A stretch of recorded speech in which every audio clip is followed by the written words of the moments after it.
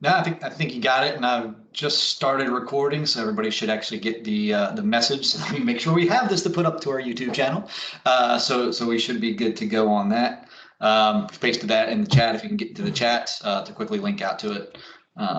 So there we go. So today's session is all around working remote, and right there to decide, kind of see what we're going to go to, sticking to your routine, networking, making the most of meetings, being inclusive, using your video, and then some of the team stuff, especially a lot of the new team stuff that was recently announced and updated on the public roadmap.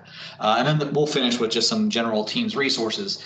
This session is really intended to be open session discussion with at least for these first four items, right? Just kind of talking through what we're doing, those of us that are on the team. But if you have some insights you'd like to share for how you're helping to work in this remote environment now, be happy to have you join into the conversation. But with that, so we'll go ahead and get started.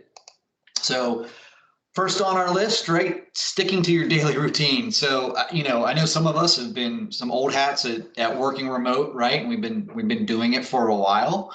I'd say, I've been generally used to it. I've got a nice home setup that I can work with, but the stick in my day is now I've got the kids here that we're trying to do school with as well, right? And that definitely throws a curveball into even for those of us that have been doing working remote for a while now. So, for me, it's kind of letting people know when I have a call coming up, I'm getting on a call for the next hour. Please try to keep the noise to the other side of the house if you're going to make it.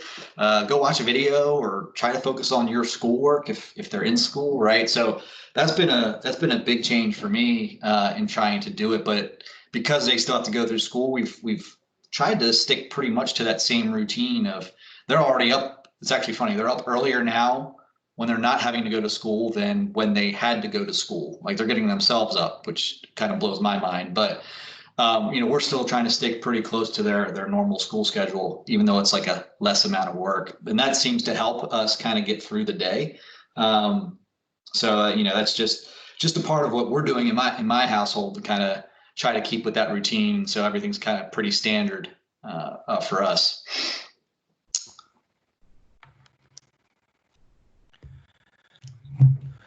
It took a few weeks for my family and I to get into our routine. I have my personal routine because I've been the only one working from home for like the last 10 years, and my wife has an office that she works from, and it's about a 45-minute commute on most days. So I'm usually working from home by myself. So I have my own routine that I get into. Like there's get up, clean up, put on a collared shirt, and make sure you're presentable like you're going to go and actually talk in person. That's kind of like the start of it. And then I have different start times. They're usually staggered between 8:30, 9:30, and 10:30 for a lot of the like online trainings that I do. But in getting up and in getting my wife ready, or helping her get the kid ready and get out the door, get the kid to daycare, and then come back, clean up, and then get into it, that's kind of my mindset. But the whole thing has changed now that my wife is working from home and our kids' daycare is closed. So now we're all three here. So we're having to get up at various times in the morning, get the kid ready, get him fed, get ourselves fed, and then get ready for our virtual work day while I'm kind of passing him back and forth throughout the day. It took us a month. We finally have hit a kind of a stride with it. Watch, he'll throw a curveball at us tomorrow. But getting that routine between the two of us and then communicating the schedule for the next day, that's been really, really helpful. And we both try to tell each other approximately like when we have a meeting, and like maybe leave the doors cracked if we're not in a meeting and we're accessible. Shut the door if we're inaccessible. We haven't gone as far as what Todd Clint did, which was put red light and green light LEDs around the door and then hit a button. Red, I'm in a meeting. Green means you can come in and you can actually see me. And I think somebody in the Power Apps community is looking at maybe extending that. But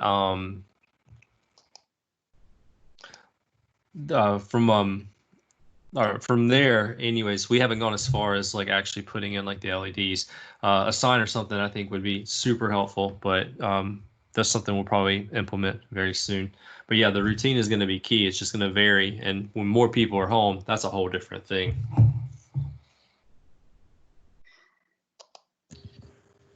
I think it probably also depends on the age of your children. My son's gotten used to me working from home a couple random days of the week. But now, of course, it's all 5 days. And I just said, it's okay to come get me. Just tap my shoulder, and that opening the door to him has really helped. Yeah, that's one of those things that, good thing is I have glass doors, right? And so they come up and they'll look through first. And if I just put my hand up, I don't even have to look over there. I see them through the peripheral, right? I'm just like, yep, nope, don't come in. Seems to work pretty well. I had some of those lights, those red lights I could turn on. It was actually based on my calendar and they would just turn on automatically, but that light died, it seems. So I don't know if it was because I was using it a lot more or what was going on, but I need to go get a new one for that because that really helps pull their attention a little bit. So that's good. But I mean, even the same thing, right? As much as we try to stick to our schedules, I think it's become a lot more flex work, at least from my standpoint. I have my meetings that come in on the calendar, but there are times where I have to pop out and help with some other things here and there. But overall, I've tried to keep it pretty standard. I mean, it might be I work a little bit later in the night, but at least I was able to pop out and help when things were needed elsewhere here. So that's been good. But I mean, otherwise, I'm also still trying to get out of the house, right? So can't really go anywhere, but walks around the neighborhood doing stuff in the yard. That's kind of helped stick a little bit more to that routine. So I'm not going completely crazy, just being cooped up inside all day. And Corey and Andy, I think in the past where people have done meetings, they've been more conscious of trying to keep things in the background quiet. Yep. That's not as important as what I've noticed when I do meetings. People are more receptive because they understand that everybody's working from home. So it's important, yes. But I think it's more acceptable to have some background noise, whereas in the past it hasn't been. It is. Yeah, I would agree to that. I was actually on a customer call the other day and I have fun with backgrounds. I usually put up something that's specific to the customer, right? Whether it's in their office building, it's outside of their building, or it's something that's themed for them. And one of my customers deals in scrap metal and recycling. So I had a big scrap metal thing behind me and I got on this call with it and you hear my 2-year-old in the background scream every once in a while. He's like, hey, kids aren't allowed in the scrap yard, right? That was kind of the customer. He's like, and also put on your PPE mask because the dust around here is bad. So it's fun how, you start getting that feedback from the customers. Arbitrary side note, we're working on actually a method for our audio where it will start to decrease and get rid of your background noise. So we are working on some technology around that, which will be nice. Or if you have a really nice headset system, there are some out there that have excellent noise cancellation that will actually drown out that stuff. I mean, my one headset of a Jabra Evolve 75, and I've been in Starbucks and people couldn't tell. Right. So there's some really good equipment out there that can do that and can help quite a bit. My Plantronics works really good for that, but I can still hear all the lawnmowers from every one of my neighbors who has lawn service. It seems like they come 3 times a week. I mean, it's endless. I swear, there was a woodpecker that moved in the minute I started working from home 5 days a week. And he's picking new trees. I could tell it's new trees. It's the same woodpecker, though. It's right outside the window. And they're protected, I think. Oh, yeah. Well, my dog has taken on the responsibility of enforcing social distancing. So anybody in the 3-mile radius, it'll bark and let them know that they need to get away. That's good. That's funny. He's defending his street, Kelly. Oh, that's the whole neighborhood, I think, at this point.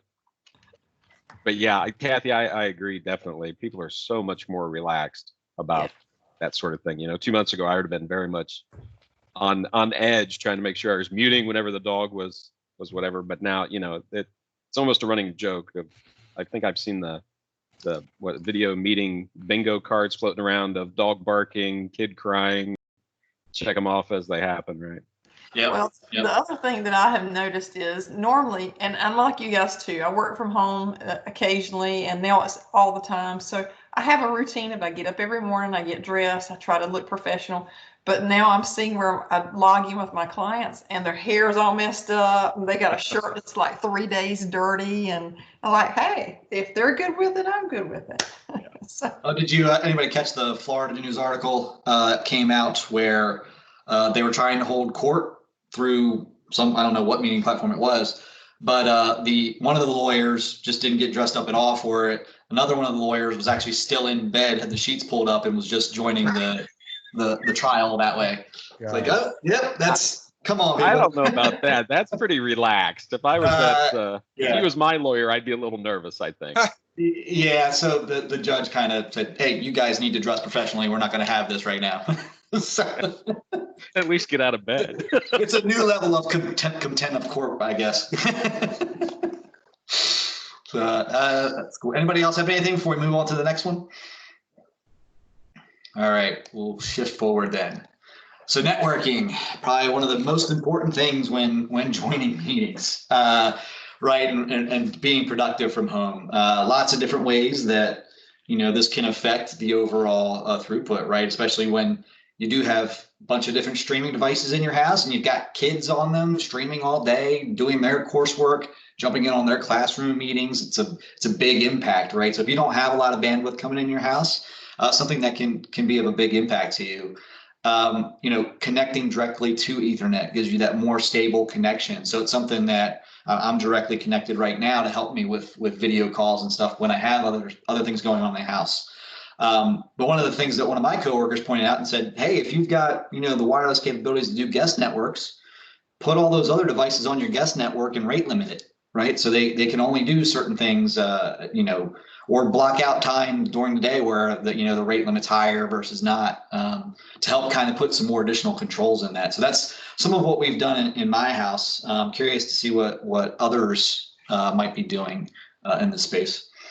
I have a really good one for you, and this just happened yesterday.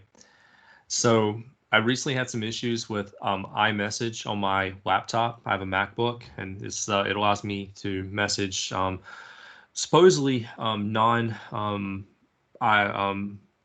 users, Android users as well, and send text messages and SMS messages. Well, it hasn't been working, so I did some of the steps to clear it, turn it off, turn it back on.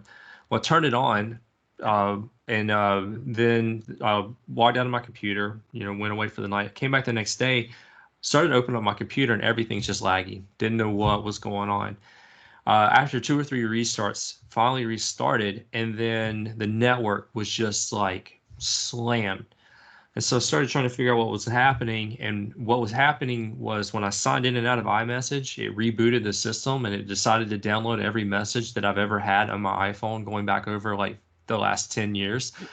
And so it basically like bricked my local router, which in turn hit my wife when she was trying to work remote as well.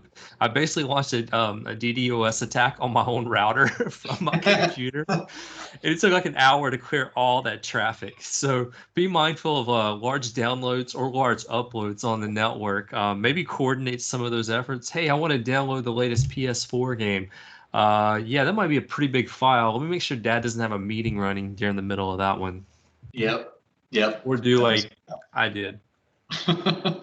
Another tip would be if you are experiencing something, you might want to check websites like Down Detector if you can still get to them, and see if it's maybe not just you, but your cable company or whoever's your internet provider. I had that this week. Spectrum, they had a glitch or something, and I was starting to unravel my network to try and figure out what was going on. But sure enough, I finally stopped, looked at the website, and there were others reporting issues. So, yeah, that's a good point. Once I would have said, fallback options would be those mobile networks and connecting to them, which it still can work if you're in a good enough zone for that. But like me personally, where I'm at, I don't get great LTE coverage at my home. So it's nice that, teams can at least convert over to, at least with audio conferencing that we have, can convert over to just regular dial-up. But, if you're in that space for LTE and you've got good coverage, worst case scenario, you can switch over to that and make your hotspot. But even with those, and I don't know if anybody else has noticed this, but I've noticed, at least with my provider, when I am in locations that should be good, that I'm not getting the speeds that I once was since all this has happened. I don't know if that maybe just my phone being cranky or just the state of the affairs right now.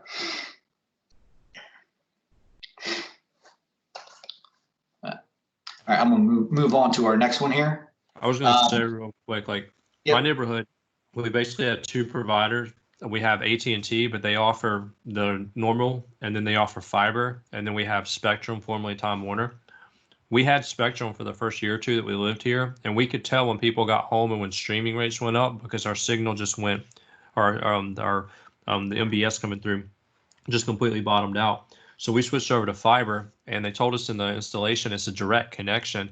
So we're supposed to get 1 gig up and down, no matter how many other people in the neighborhood have been using it. We're fortunate that we have fiber and we can do that. And I've noticed over the last few weeks, I've seen 2 or 3 other houses just around like my street start to get fiber laid, because you can see when the cable goes down, they leave it across the sidewalk for a couple of days until they go and bury it. And it's the actual fiber optic cable that they run into your home. So it's been really interesting to see a whole bunch of people are starting to pick up on fiber, but we're lucky because the neighborhood actually has it. Yeah, that's where I feel like I'm lucky. I got fiber coming in too, but and then that's where, right, I need that full speed coming right down into the desktop, and that, again, being hard connected in helps, because not all the wireless adapters in PCs or laptops can get full speed either, right? So it's something, depending upon your model of laptop, to think about too. Well, even the router, like, does your router support wireless in, wireless G, wireless AC? Yep. Like, what does your router support? And even then, you probably, if you do have like an AC router, it's going to be supporting 2 bands. You're going to have the 2.4 gigahertz, or you're going to have the 5 gigahertz band. And even then, some routers have repeaters or nodes and meshes built into it, so it could depend on where you are in the house. But hardwired is definitely the best way to go if you can do that. Yeah. You might have to run some really long Ethernet cables down the hall and into the office, depending on where that modem is. But even just going back to like the Wi-Fi speeds in the router, from the router, how that's set up can have a big impact on it. I know there's certain rooms I can't even try to broadcast from. Fortunately, my office is pretty close to the router, so I don't have any issues with that. Yep. All good points right there. Definitely, especially with the band piece. Yeah. Cool. Anybody else? Switching into. I just rebooted my computer and went on, joined the meeting back on the phone while it's rebooting. And when it came up, I turned on live captions, and that functionality is awesome. If no one's used it, it was just typing out every one of your guys' words, 5G, exactly everything. So if you have anyone that has hearing issues and they want to see the caption, show them that, and they'll be all set. Yeah, good point, Dean. I didn't realize it was that good. I hadn't looked at it in a long time. And especially if you're recording and then you're sharing it later, some people don't have access to speakers, so they can read what's going on. So it is pretty neat function. Yep. Cool. I watch TV with closed captioning on now. It's always on in the house like that. Oh, it's all the background noise, all the stuff going on. And if I turn up the TV loud enough to actually be able to hear over that, then everybody just gets louder. So it just makes more sense just to turn on closed captioning. Yep. And so I have Direct TV, and there's 2 different versions. There's the TV version of it, and then there's like the Direct TV version of closed captioning. So I turn on the Direct TV version of the closed captioning, which removes the black box and just puts the text over the picture, and then it kind of moves it up and down based off of where the action is inside of the picture. It's really smart. But it does a pretty good job of not getting what they're saying wrong. It's not like a bad lip reading video like the NFL videos that we've all seen. But it's been super helpful. And since we got that feature in Teams, I've been really happy about it. I use it whenever I can. But also PowerPoint has it built in. You can turn on live captions when you deliver a PowerPoint in broadcast mode or in presenter mode. And it does a pretty good job as well. I think Teams does just a little bit better job. I don't know what the disparity or discrepancy is there. But I've been using it in PowerPoints for a while now, especially in online trainings, because you get that kind of closed captioning with it. And then going back and looking at stream videos inside of our Microsoft 365 tenants, stream videos, the caption file, I can't tell you how many webinars I've been able to go back, pull exactly what I said from the meeting and turn that into like a blog post. That is super helpful. because you got all your bullet points like right there, and then kind of all the details, and you can just extract it from that. So Good point. the stream part's pretty awesome. So Andy, do you leave that as a leave behind with your customers? If they want it. Do they pay extra for it? Depends. I think there's actually a tool out there that can clean it, give you a clean version of that too. Yeah. Like once you export the VTT file, you can have it imported into this tool, and the tool will actually just rip out all the timestamps and all that kind of stuff. So you just see the text. So yes, it's lots of good stuff around all those, right? And even when we talk about, so we're in a meeting now that has the closed captions too, right? But if you're running like a live event for your organization, we have the closed captions in native language, but you can also have up to 6 other languages being translated in real time.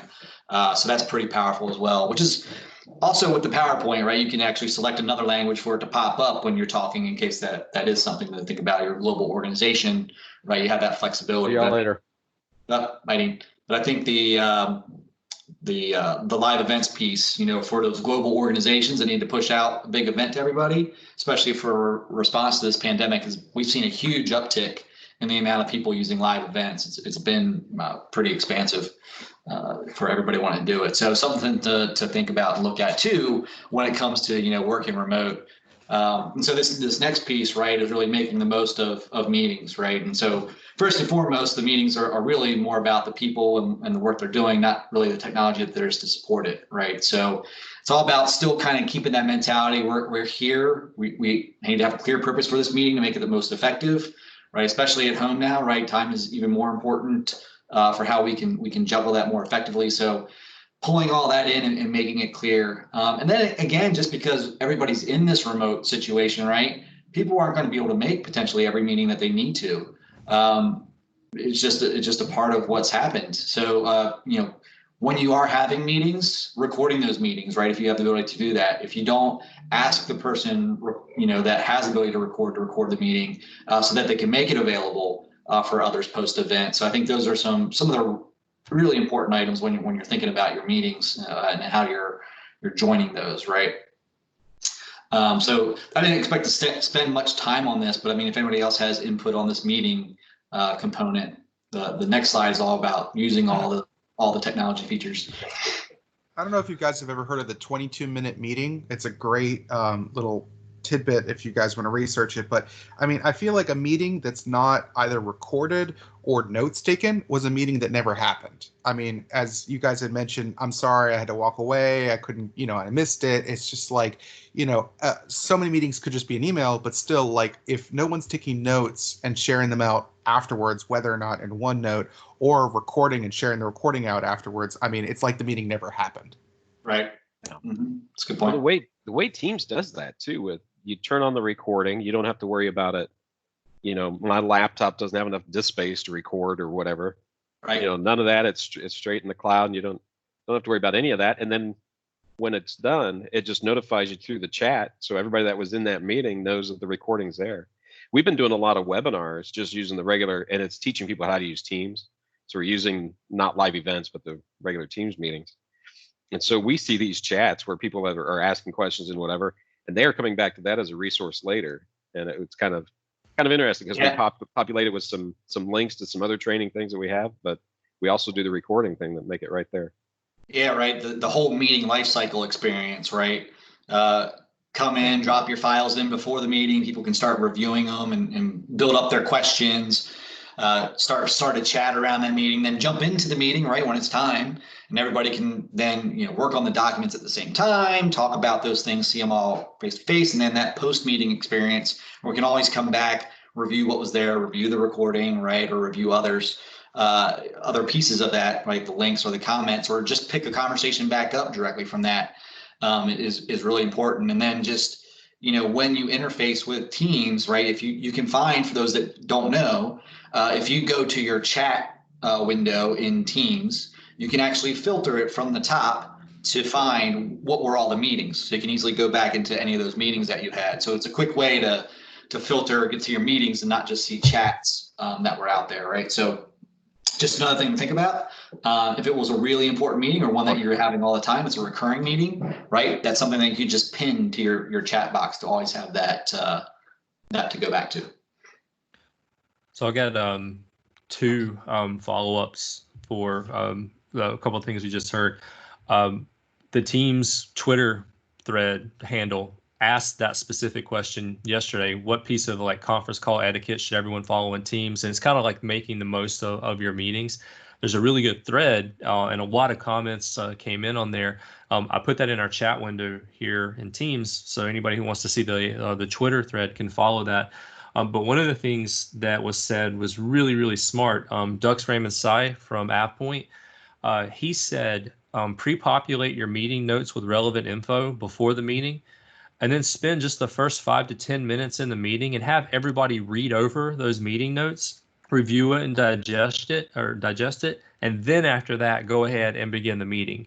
I thought that was really clever. So that's definitely one to consider. Like that's the kind of like make sure your notes are in order ahead of time, and then you can easily access them while you're actually in the meeting, and then take a couple of minutes to just review it, make sure everybody's had a chance to read it, and then you can actually start the meeting from there.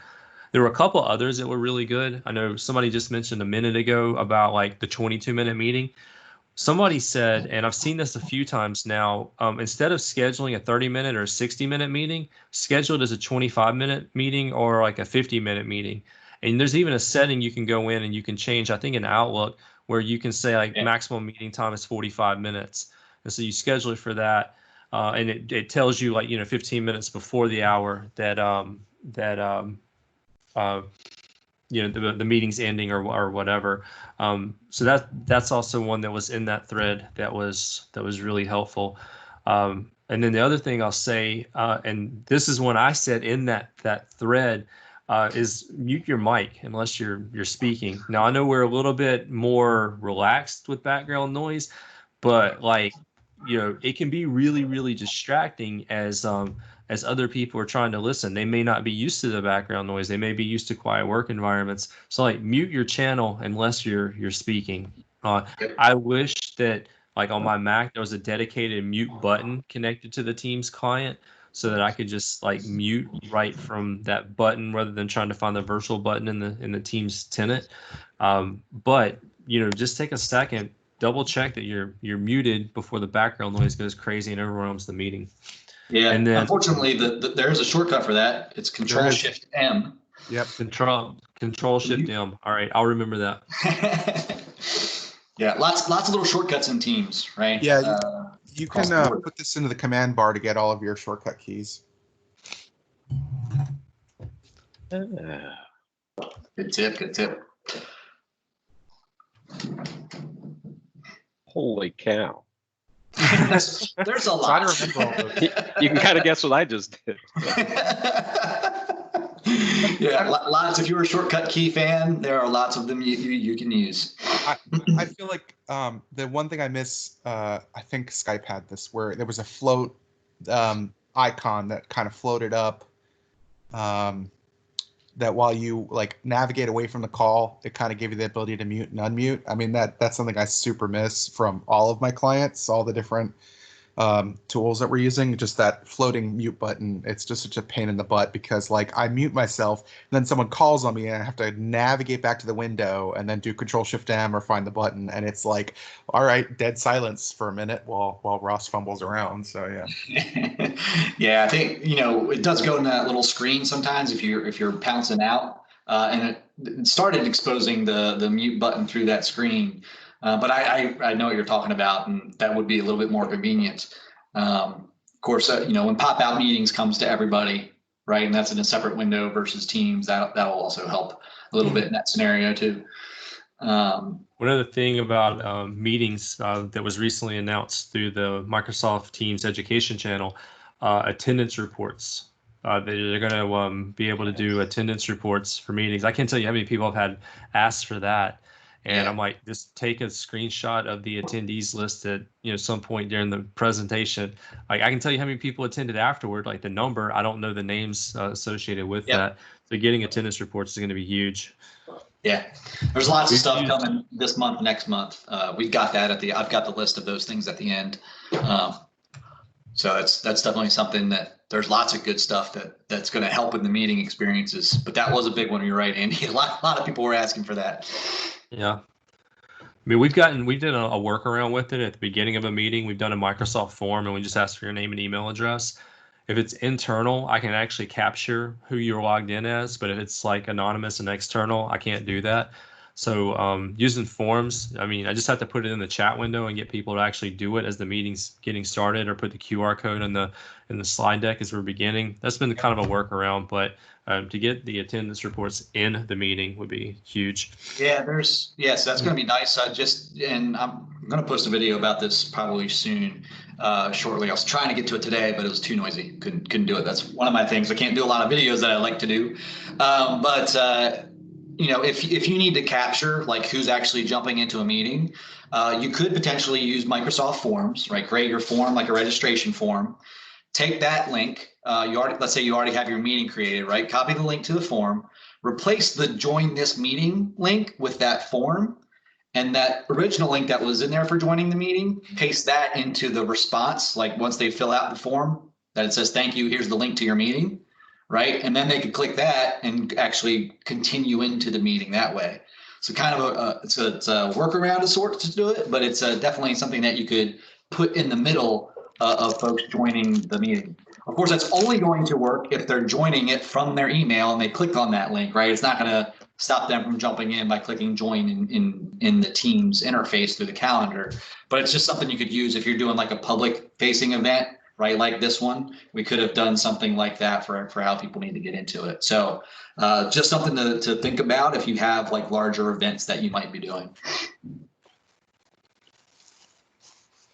All right, let's go ahead and jump into this next one, which is also somewhat meeting centric, right? So, a bunch of us here have our videos on now. I think using video, especially right now, is even more important, right? Get some of that face-to-face contact that really helps, right? But it also helps, understand how the meeting is going when you can see other people and their reactions.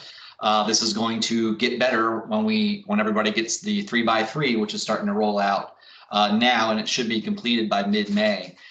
So we're going to go up from that 4x4 to 2x2 to 3x3, and we'll be expanding that hopefully throughout the year. So good things to look forward to for that, and get more people up on the screen.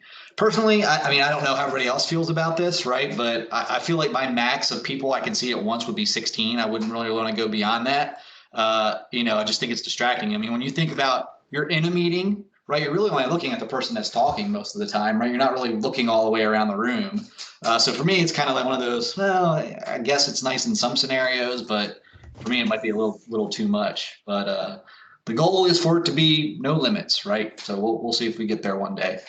I have a question about the 3x3. Yep. Is it going to be you can roll back to 2x2, or is it going to be default 3x3 is the only way to view a video meeting? It's a good question. I'm not 100% sure. It started surfacing already inside Microsoft, but I haven't personally. I don't think I've been in any meetings where it's been more than that many people. Okay. But it's dynamic based, so like it will change. Like if you have 5, one person's going to be bigger than the other 4, right? So I think there are ways where we're going to make it so you can have dynamic pinning, right? So you can choose who you're seeing. But yeah. That's some good feedback though, because some people might just like to have just a few people up versus many. My team already decided the way we're going to celebrate is a Brady Bunch snapshot with all of us 3x3. So yep, we already know how to use it. Yeah, one of my coworkers, he figured out how to wire it up so we could all see 3x3. He logged in with 4 different machines, 4 different accounts. I logged in with 2, and then we had some other people on the call. So it's like him from 4 different angles, me from 2. He captured that somewhere. I've got it in the video, but yeah, that's a fun stuff. You can certainly do with it. So there's an upstart wrestling organization called AEW, and they did a show last night where they actually did the Brady Bunch. They had one of their factions in the group reenact the Brady Bunch grid, like everybody's seeing on some of the other 3x3 grids out there. So they've actually already done that one. They made a parody of it on TV last night. It was on social media earlier today. It's good stuff. my kid's been doing a afternoon huddle with other kids in the class, and they've been doing it virtual. And the school set it up so they haven't been using Teams; they've been using Zoom for it. And so for the last like 2 weeks, we've been using iPads for it. And on the iPad, they give you two separate views. You get the grid view, which you can kind of see up like a 3x3 on the iPad. And so they've had that view, and then they have the speaker view, and the speaker view just is whoever's actually speaking. And we've done it on the iPad for a few days, and like we usually just leave it on the grid so you can see all of his other classmates. And then if the teacher goes into a song, I'll switch it over into just the teacher view, and that's been really helpful. And so with that being said, we did it today on my laptop from my office, and I noticed that the options were different between the two clients. On my laptop, when I went into the speaker view, it still had a set of tiles for the other people in the meeting, but it would change the speaker view based off of who was in the meeting.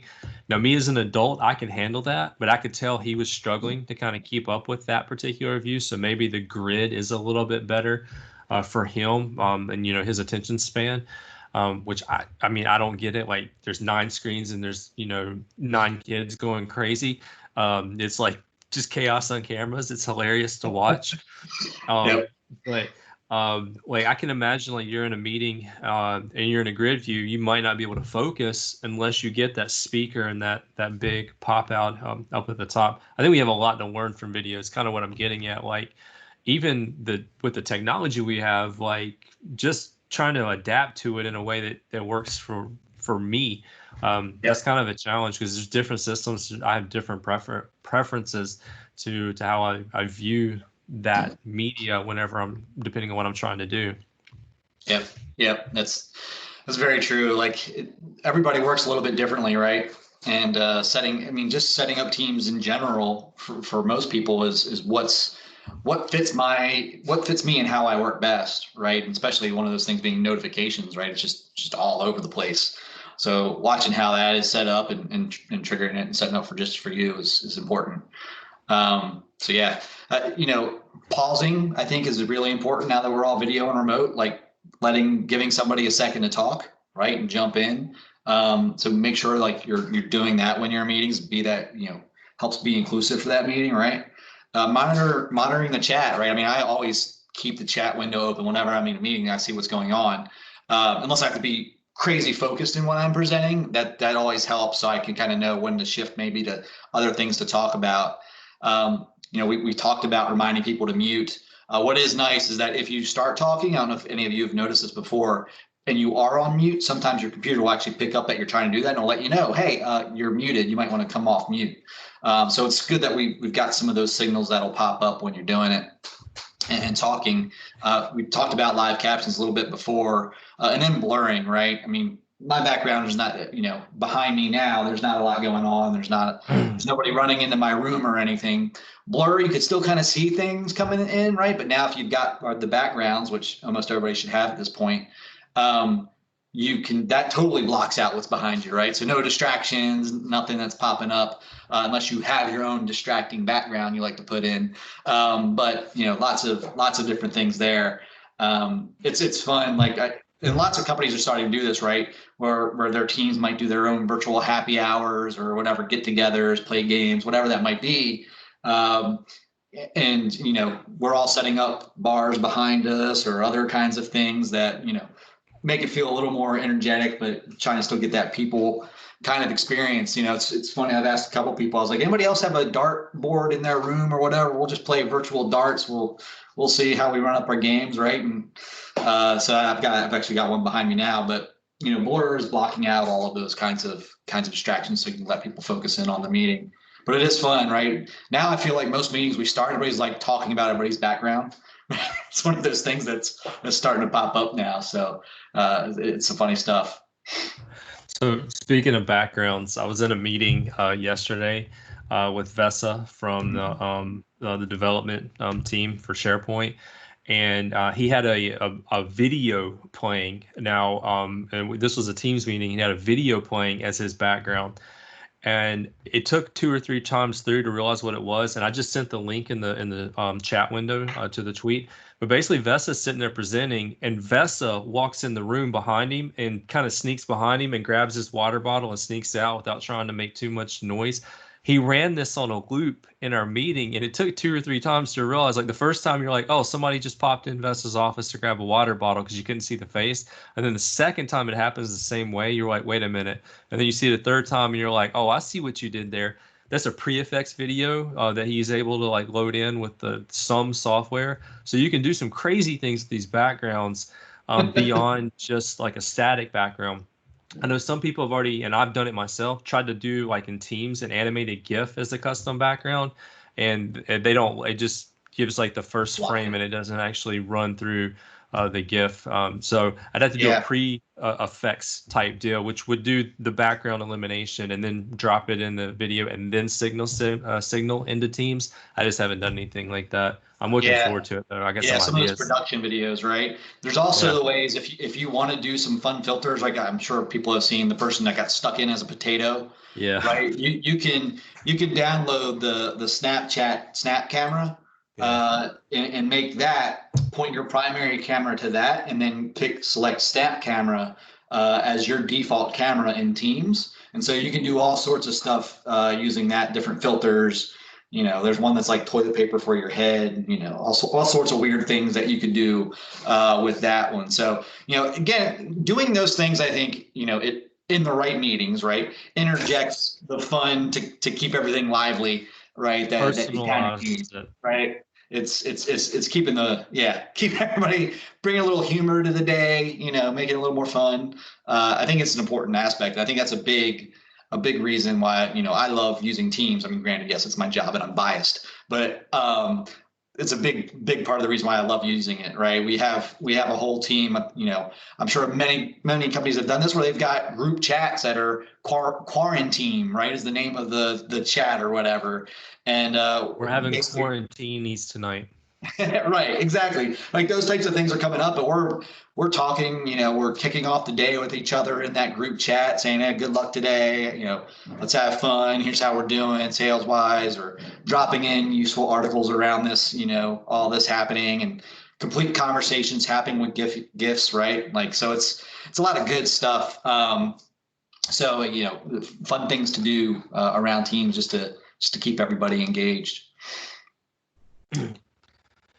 So, you know, kind of moving on from that, you know, again, just looking at Teams as that remote tool interface, right? I know a lot of us are using that today. You know, customizing the workspace, right? Doing your virtual backgrounds. I think one important thing that I like to do, and maybe, you know, it might be because I have way too many devices that I know what to do with, but making sure that I'm wired up in the morning using test calling, right? And so for those of you that don't know, you can go to your profile image, go to your settings, and go to devices, and there's the ability to select which devices you want to do and use a test call. So I do that regardless every morning just to make sure I'm using my right devices, so that when I'm joining a meeting, I'm not asking somebody, hey, can you hear me? Do you see or can you see me, right? Or I can't hear you. I know what that experience is like. I know my speakers are turned on and the right mic's turned on. So recommend doing that when you're getting on your machine in the morning. You know, understand the key features, but know all the fun features like we were just talking about. Pinning your favorite one-to-one or group chats. You can have up to 15 items over there that you can pin, right? Instead of just recent. To help with the clutter, right? Hide those teams you don't work in often, even if it hasn't been 45 days that you haven't touched it.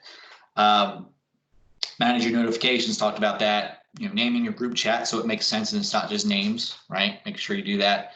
And then get ready for pop-out chats. They are coming, and of course the 3x3 grid. So those will help with some of that remote work scenarios, especially the pop-out chat. I use it quite a bit right now when I'm having multiple conversations. So good things that are coming over the course of April, May, and we'll get to that roadmap slide in a minute. But anybody else have any other team-specific tips to drop in here? You know, I'm tinkering around this week. I had I was pinning a bunch of my chats, and I had probably pinned 15 chats or something. And I noticed I had pinned ones that kind of went stale, but they were taking up the screen real estate. So I went through and unpinned them all, and it's kind of funny. I find it better the other way, of leaving them unpinned. and then the most recent just kind of bubble up to the top. Yep. I've had folks who are just so used to Skype for Business that they expect teams to be exactly the same. One of the examples is that our teams are all broken up into distribution lists. So they're used to just adding distribution lists directly into their window. So they can, Got one of those earlier today, Kelly. Yeah. So they, unfortunately, that's not there. But I told them, build your team again. It's not even an Office 365 group. It's just an old-fashioned distribution list. But it's just they were so used to, dragging and dropping that list and having it right there in their Skype screen. But still, it's like a lot of those things is when you feel like you're missing a feature, are you really missing it? And the same thing with, I know we're demanding 3x3, and our executives are probably the ones screaming the loudest that they want to see everyone and all video. It's not really, as a technologist, it's not really necessary. As a human, I totally get it. You want to see the room, but I'm like, you're putting a lot on that system. Yeah. Yep. That's a very good point. The groups thing. I had a couple of troubleshooting issues recently dealing with the question of using a distribution list inside of Microsoft Teams. And in doing some research, I learned something really interesting. So a lot of people are coming from like a classic on-prem SharePoint migration, and then they're moving into like SharePoint Online, and then they're learning about Office 365 groups, and then they're learning about Microsoft Teams. So they're groupifying and then teamifying sites that are out there. And on the other end of that, because we have so many people working remote now, teams have been just spinning up like crazy, just self-service. You see the usage just across organizations, 100 of them overnight, and this continues for weeks on end. So there's a difference when you come from the team site to the groupified site to the teamified site, and when you come from the other way. If you go through the groupify site and then you go to teamify, you actually have the kind of the distribution list of owners and members of that Office 365 group. So that's still there even when you get to the Teams client. But if you come from the Teams side of it, you don't get it because Teams buries some of those features. So if you just come in with a brand new Teams site, even though it is based off of an Office 365 group, you don't have access to that owners and members list that is part of the group. But you come from that other avenue, you actually get it. I thought that was really interesting. I didn't know that. So just in trying to figure out how to answer the question about distribution lists, there you go. Yeah. Well, we've even done that where people have created a team by starting in Teams. So the part of the group in Outlook is hidden, but you can turn that off. There's a PowerShell command or something that you can flip a switch after the fact to make that stuff appear in Outlook. And we've done it a couple of times on request because they wanted, I think mostly it's centered around wanting a shared mailbox type experience. And that's the only way to get it there. Yeah, because the first, when Teams started rolling out, the first complaint was, great, now you're creating all these groups that I as an email administrator have to manage, right? And so then we said, okay, we'll hide that by default, and now you just have to go enable the ones you want as they come up. But yeah, it's trying to have both sides of the coin with these new groups and teams and SharePoint sites. So good stuff. So this is one, right? Using certified devices, right? So you don't necessarily have to use a certified device. They can work, but I think the way we go through this certification process, right? Most devices need some sort of dongle that plugs into the machine or it will not be certified. And part of that is because Bluetooth on laptops is not all the same, right? The Bluetooth performance on devices varies drastically in some cases, right? So we can't certify those devices, but when we have something we can plug into it, well, now we know, those two things work hand in hand. And so there are lots of different devices that are out there across a wide array of price points. And functionality, right? Like today, I'm using a Logitech meetup camera, right? Not that everybody's going to go out and get one of those. They're like $900 a pop. Luckily, I get one in my role, but I use that. I have a Poly Studio, same thing, where I've got all this noise canceling. But the one thing I use the most is typically my Jabra headsets. If it's got active noise cancellation, that's what you're going to want to look for when you're using a headset versus passive. That'll do a lot of that background noise cancellation. I find those types of headsets work the best for me. Now, if anybody else has some devices they like to use.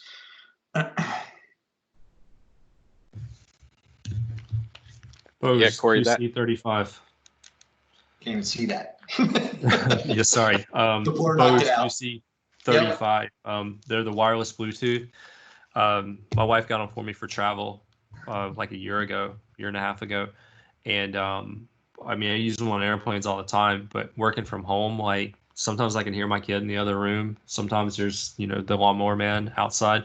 So I've been using those, and they got a built-in microphone, and it's been absolutely great. I get the noise canceling, and then I get the built-in mic, and like I don't even have to have a lapel mic coming down. I did some webinars remotely while I was traveling across country back in February, and I would put those on and just record from my laptop in the hotel room, and didn't have any issues at all. It was really, really great. Now on the flip side of that, I have from a devices standpoint, I actually have a Yeti Blue mic. It's a big boy. I've had it for a long time because it has multi-directional and directional capabilities, but the audio difference between that and like the default system microphone, like night and day. So if you can get a decent mic. I mean, this one was $150. You can get it for significantly less now because I got it like 5 or 6 years ago. But just like get a decent mic or a headset or a lapel, that's going to improve the quality of the meeting immensely. And then if you have to do like a conference call, headset's really nice for that. But also you can do a conference bridge. Jobber makes this little puck. It's like the 410, 510, 610. And it's just a little conference bridge. That one's really nice because it's portable. You can plug it in through USB, and then it's a speaker and a microphone all in one. Speaker and mic all in one. It's got dedicated buttons that actually connect to the client to mute and turn the volume up or down. So it's right on the device, and they're really clearly marked, which is really cool. But it's also portable because it's so small. You can just throw it in your purse, you can throw it in your backpack and take it with you. I travel with it on the road. So if I need to do like a conference bridge where like maybe 5 of us are in a room together and one person's joining in remotely, I can just drop that in the middle of the room, and then everybody can use that as their primary audio source from my device, and then we can get everybody else from the call involved. Now that would mean we're breaking social distancing rules and we're back in offices together, but that one's down the line. So get a good mic, and then I like the noise canceling headphones personally because it allows me to just kind of concentrate and to get in there. But you don't have to use those. Just get a decent headset or earbuds, and you'll be off your way. Yeah, there are some of the newer devices that are coming out, like the pucks. Like I have a puck right here. It's not the Jabra, it's the Sennheiser. But they actually have dedicated Teams buttons on them, so you can click those to join your Teams meetings and cancel out as well. So there's lots of good stuff out there. There's a device coming, Lenovo ThinkView. It's like a little 8-inch screen, but it's a meeting device only, right? So you can do calling or meetings through it, and that's on its way as well. But you can go out here and check for all those devices. And I'm glad you pulled up Bose, Andy. We're actually working with Bose to also create some certified Teams devices from them as well. So some of that's coming later this year. Yeah. So it's some good stuff happening. So devices, this one's also really important. I just had a conversation around this one earlier today. Camera position. I'm getting blinded right now from the sun coming through my office window. I usually don't broadcast like this late. I do, so I don't have to worry about it. So I'm getting blinded by it right now, which is washing out like my video. But camera placement and the lighting actually make a huge deal. Clean up your background because you're going to be broadcasting, but where you put your camera, some devices it's mounted up top, some is down below. Some of you can kind of place it where you want. Be mindful of like how much of your room do you want to share, or how much of your room do you want to have like blocked out, or do you have a green screen that you can put back there? But camera placement definitely matters. And then like in the device, and this is something specific to Teams. In Teams, when we're presenting, the users are listed in a tile series down at the bottom of the window. Well, some of us have cameras mounted at the top of our computer. So what are you doing? Are you staring at the camera up top and missing the facial reactions from all the people down below? Or are you staring at the people down below and all everybody else can see is the top of your forehead? That's a big deal. So like, just take a moment, do like Corey said earlier, do a test call and figure out like, where's your camera? Which camera is the system is setting up for the system default? Because that can impact how that video is gonna, or the video and the audio, how that's gonna come in. Like, just kind of an example. I've got two cameras, and so like this is my secondary up here. So like it's way up top, like, and so it's coming in from a top view. But when I go to my standing desk, that one actually ends up being eye level. So like that one works better for me. But if I start a meeting like this, you're already staring at the top of my head because it's mounted up high. So just taking a moment to kind of figure that out can have a big impact on like what people see. And then the lighting, you don't want to get washed out from the lighting, and that tends to happen when you have a blinding source coming from like one area. Soft light helps. I'm actually using Christmas lights. I have Christmas lights strung up on the wall behind my monitor, and they're the white kind of clear lights, but they're not very bright. They're not the small bulbs, they're kind of the medium-sized bulbs, and I just got a string of those kind of laced back and forth on the wall in front of me. So when I have to do something and I don't have the light, I turn that on, and that gives me the kind of the forward light that I need, but it's not too harsh, so that people can actually see me. And that's a Christmas light string. That's like $5, especially at like clearance prices. Just use some command strips and throw it up on the wall, and that's a cheap way to kind of get some lights. And then like you can kind of emphasize like which side you want to kind of be a little bit brighter, so you can create that shadow and that depth that you need to do like kind of a high quality video. These are things you think about when you do this for 10 years. Yeah, right. Yeah, they also, I mean, I've seen some people using some of the small little ring lights can mount on top of your monitors, right? Those can be something that's quick, easy, small, doesn't take up a lot of space, right? But it can move up and down. Like, so I'm at a standing desk that moves up and down, right? And so I need it to follow with my monitor and not be pinned somewhere on the wall, so that it always adjusts where I'm at. And that thing can help too. I don't have one right now. I've actually got another desk lamp behind me. My background's darker, so you get the light a little bit more. But even your screen can affect that, right? So if you've got Teams in dark mode, for instance, and you join a meeting, you're seeing more of the darkness come from that versus being in regular mode and it being more bright as it comes across. So those types of little things can also just affect, how all that comes across to the other viewers of the meeting. Awesome. So here we are on roadmap. The roadmap is being updated a lot more frequently now. So all of these were probably updated within the last week or two. The Teams team, because of all the push and all the requests that we're getting, right, being very aggressive for what they're building and pushing out, specifically in the meeting space. So I recommend going out there and just kind of keeping up to date with that information. So most of the things you see here are scheduled to start rolling out this month, right? And so a lot of them should be there by the end of May. For most commercial tenants. So multi-window chat, that's been asked for a very long time. So that'll be coming through.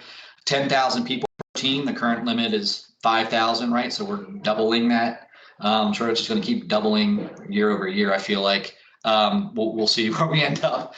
But that's coming. Raising your hand in Teams meetings, right? So you should start seeing that soon. I actually have it in mind right now. I can go and raise my hand.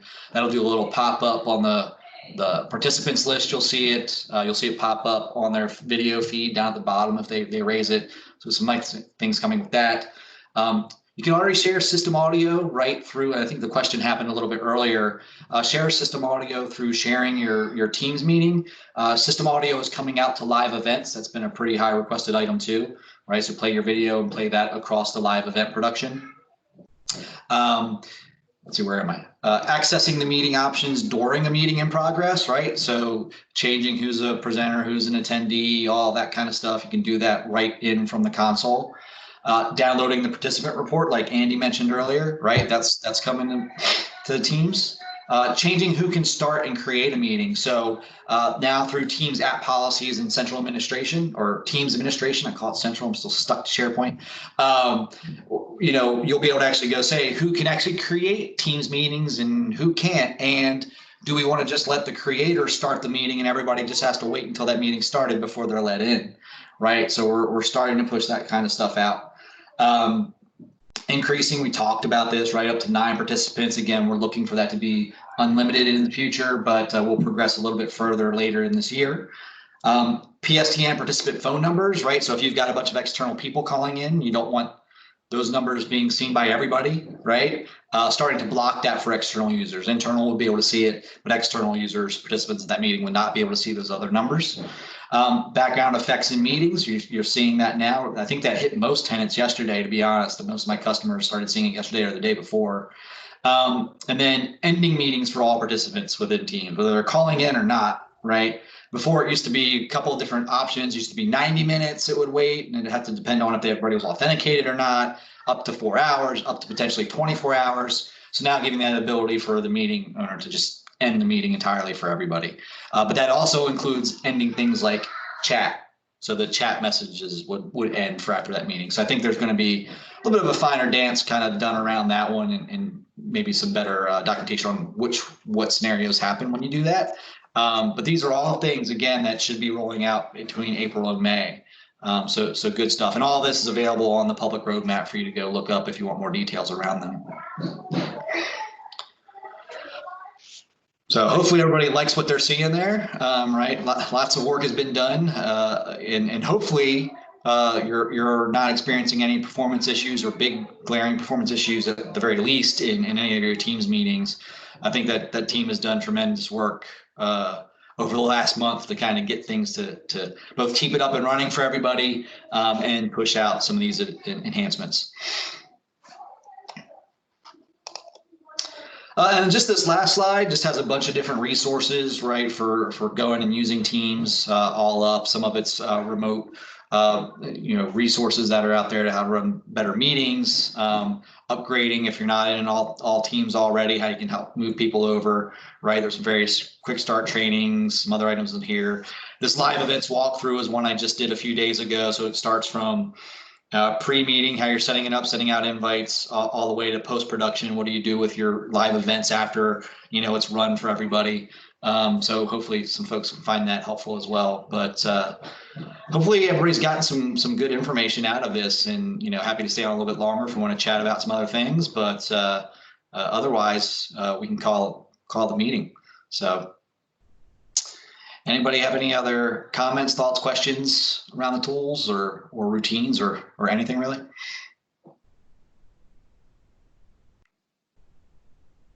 No, this is all good stuff. That we're with all the interest internally at Atrium for Teams. A lot of those bullet points are going to help us on the roadmap there.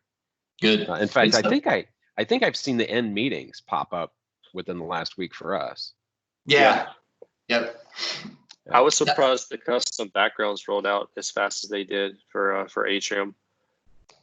Yeah. Yeah, there's definitely a lot of interest. I'm waiting for the raised hand icon to hit my tenant. I've had that one in previous tools. It's been really, really helpful. Yeah. That'll be really nice for our webinars, which are some of the bigger meetings I'm in. So yeah. I've had customers complain about my background right now, or any of these, right? They're like, well, balloons aren't very professional, right? So if you hear anybody call them balloons, these are our fluent spheres. They are not balloons. I did see in the user voice some new comments after the rollout, and there were people who wanted to control what backgrounds were allowed as well as push out corporate. By company, yeah. I was going to say the same thing. Yep. We're getting those requests coming in. There are some admin policy controls that'll be coming out in May, or at least that's what they're telling us. But they're really basic, right? So it's basically allow blur, allow custom images, don't allow custom images, allow images like the default images, but it doesn't give control over what default images, right? I personally think it would be really neat if we did something where it was, hey, here, upload the image you'd like to use, and we'll verify if legally we can let you use it or not, right? There's a whole approval process maybe around Microsoft this. Flow. Yeah. Um, Power automate that. It'd be great, right? So I did see, GPO, right? GPO I saw there policy. was, somebody said use an admin policy so that they can only upload from a certain domain. And they were, I guess, implying that you could limit that to the team's upload. So you could limit it to, okay, images in this domain can be uploaded, and it might be like a shared drive that they have access over. That was the only thing that I saw that like gave that like granular level of it. But as soon as I saw this was like a Twitter thread in the last couple of days when they started to roll out, it started, it's like my client says they have to have control of background images, and then like 50 other people chimed in and like, yeah, my company does as well. And the whole conversation started around that. But as soon as I saw it, I started rolling my eyes. I'm like, really? This is what you're worried about? Like right now? Like, Yeah. I would be more worried about, using a tool that doesn't have a password or a lobby and starting a meeting and having somebody come in and bomb that meeting than I would like somebody putting up a background image. Like, Yeah. let people have some level of expression. Like, I think part of the reason the backgrounds are so popular right now is because it's one thing that we feel like we can control. There's a lot of uncertainty and anxiety happening right now. And if I can control my background during a meeting, that means that's one thing that I've taken control of in the meeting. So I think like that's kind of why it's like a big deal right now. It's just giving us something to kind of put an outlet into. But yeah, the company's trying to control that. Come on, like that's what you're worried about? Really? Yeah. What? No, I was going to tell you guys this earlier in the meeting. I forgot about this one. So I saw this. I spend a lot of time on Twitter when I'm not chasing my kid. I saw this tweet, and basically, this mom found her daughter playing with her dolls when she was supposed to be doing a remote class, and so she asked her. She's like, "Doesn't your teacher know you're not there?" And the girl who was 10 years old is like, no, I just did a video loop of me sitting at the chair, kind of moving back and forth. And they think that I'm in class. A 10-year-old figured this out. What? No, I was Brilliant. How did you get that idea? You're 10. Hire her. I just heard a guy say that his 10-year-old figured out how to activate multi-factor authentication in Fortnite. It was so easy that his 10-year-old figured it out. And he's like, hey, you need to do that so they don't steal your stuff. And he's like, da-da-da-da-da. No problem, Dad, thanks. And, but we got corporate executives that can't figure it out. So who knows? That's funny. Awesome. Yeah, I'm going to have fun with the video backgrounds. That's next on my list. Yeah, I wonder why mine's whacked. That's annoying. Yeah. I got enough problems to solve without trying to solve this kind of crap. I have been thankful that I haven't had to do much, knock on wood, remote networking for like my in-laws or my parents. Like they've been pretty good. We've been doing like FaceTime we tried FaceTime and that one timed out. And then one of the parents we ended up doing Zoom with, the other we ended up doing FaceTime with.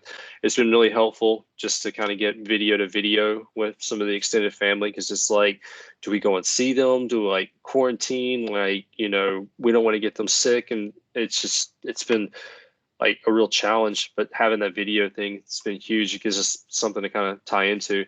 And me personally, go ahead, Dean. I've got a question for you, team nerds.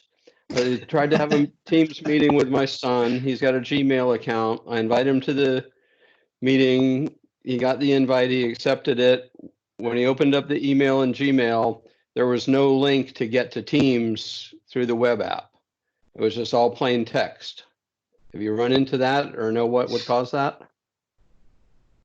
No, we haven't seen that. And we've done, like we have some of our doctor visits. We're using Teams for that, for what we call virtual visits.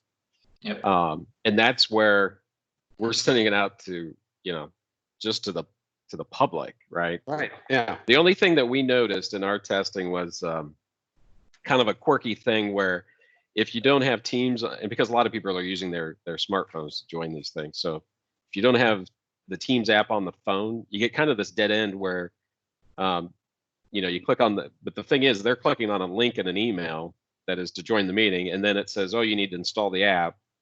They install the app, and then it's asking them to log in, but what they need to do is go back to the email, click on the link a second time, and then they can easily use the app and join the meeting as a guest.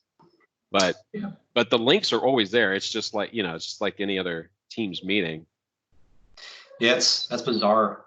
And I there was a trick I didn't even know today, right? If you want to send a link to somebody and you don't want them to even get the prompt to download or get that little pop-up button, you can append to the end of the link and web join equals true, and it'll go straight into the web and not give them any sort of prompt. I don't know if that'll work on mobile phones. Yeah, I don't think it does. But because I think the mobile phone just goes to the app tries to go to the app by default. But I haven't tried that with the mobile phone, so I was just poking around with that today, and it worked pretty well. Again, the only place that doesn't work is if I'm in Teams and I click join, but otherwise the link did that. Okay. I tell you, one of the things we're battling internally is just the popularity of Zoom and the publicity it's getting. Yeah. People don't even know. Like we get kind of a defensive stance when people ask us, oh, they ask for a Zoom license or something, and we assume that they've done some kind of evaluation and we come loaded for bear with all this reasoning around why you should use Teams over Zoom. And I had a conversation with some folks in HR, and they were like, oh, I didn't know Teams could do that. Like I just got in a meeting with them and showed them, and because they wanted it for like an internal, for their huddles or their team meetings, exactly what the product's built for. And they had no idea because Zoom is like sucking up all of the air. The media. Wait, Kelly, we've been doing Ask Us Anything for years there. These people have not been paying attention, obviously. That's right. And that's the other funny thing. I assume I needed to get out of my own skin because my team, we transitioned to Skype and then Teams meetings and have operated that way for years. And it's very eye-opening to me, these folks that are all of a sudden, they can't have their in-person meetings like they were so used to. And now they've got to do this other thing, and they are really struggling. And it's basic things. Yeah. But I'll be curious to see how many of them, after they have the option to go back into the office, will continue with the work from home or the remote. Yeah, there was I think Gartner did a report, has already done kind of an assessment, and a lot of CIOs were saying, yeah, we can see, I think it was 20%. We might move 20% of our workforce, to just being remote after all this, right? So that's definitely a thing that's being talked about of, how does this change work for us and how do we be more effective and save more cost, right? So I think it's a big thing. But to your point of media, right, we've got another marketing program that's going out now that's really just showing Teams through Teams, right? And I think that's starting to show.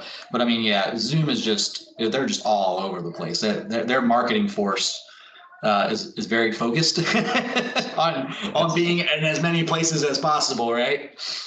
Which is still surprising. Well, the thing that I'm seeing. Go ahead. The thing that I'm seeing around Zoom, it's just articles about their security, the security or lack of security. At first, it was, well, they don't really do end-to-end encryption, and most end users that just, that's IT pro speak for like blah blah blah. Like end users, like I don't care. Like it's a virtual meeting, so like that didn't really hit. But then when the Zoom bombing started happening, and then they found out that like, some of the meetings didn't have the waiting rooms or they weren't password protected, and people could just guess the room number and then join in. Like then it started hitting schools and children. Then it started to be a big deal. So most of what I'm seeing like recently are just articles over and over and over rehashing that security and privacy story with it.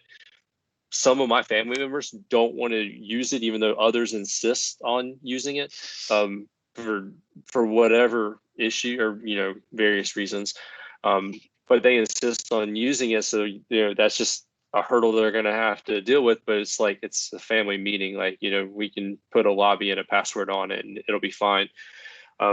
The challenge has been like just teaching them the tech. Like FaceTime's kind of easy because it's kind of like answering a call on that. But you bring an Android, it changes the whole conversation. Then you got to pivot into something like a Zoom or a Teams or, you know, some other application. That's been really challenging.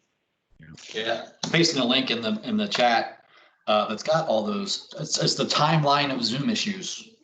I don't know who came up with this, but it's got every last one of those kind of outlined. And I mean, you know, to their defense, they're actually, I'm surprised at how fast they've reacted, but they put that moratorium in place for 90 days to focus on security. So I mean, that gives us 90 days to get all these other features out. ASC been using Zoom for years. That's what we do when we deliver our training on. We've done it in the past off of WebEx, but when we shifted into Zoom, because Zoom just had a more fluent user interface, it was a little less quirky, and it did a better job of like screen sharing and audio and video. So we transitioned to that years ago. We never have had a problem. Like there's never been like a Zoom bomb or anything. And then all of a sudden, when their usage blows up over the last few months, then it starts happening. But we have no plans there to pivot off of that. Like it's been a good tool for us. It serves that particular kind of need. I think like a Teams live event with like one or two switches being able to be turned on could be very, very comparable to that in the future. Yeah, I just had a customer that just went. They do weekly live events. With their, I think it's their CEO does them. They just switched from Cisco to Teams to run them, and they're loving it. There's some definitely good things coming. I think one of the big pieces, like I mentioned earlier, that on the roadmap that a lot of people were looking for was that shared audio. So now that that's coming, that'll help even more.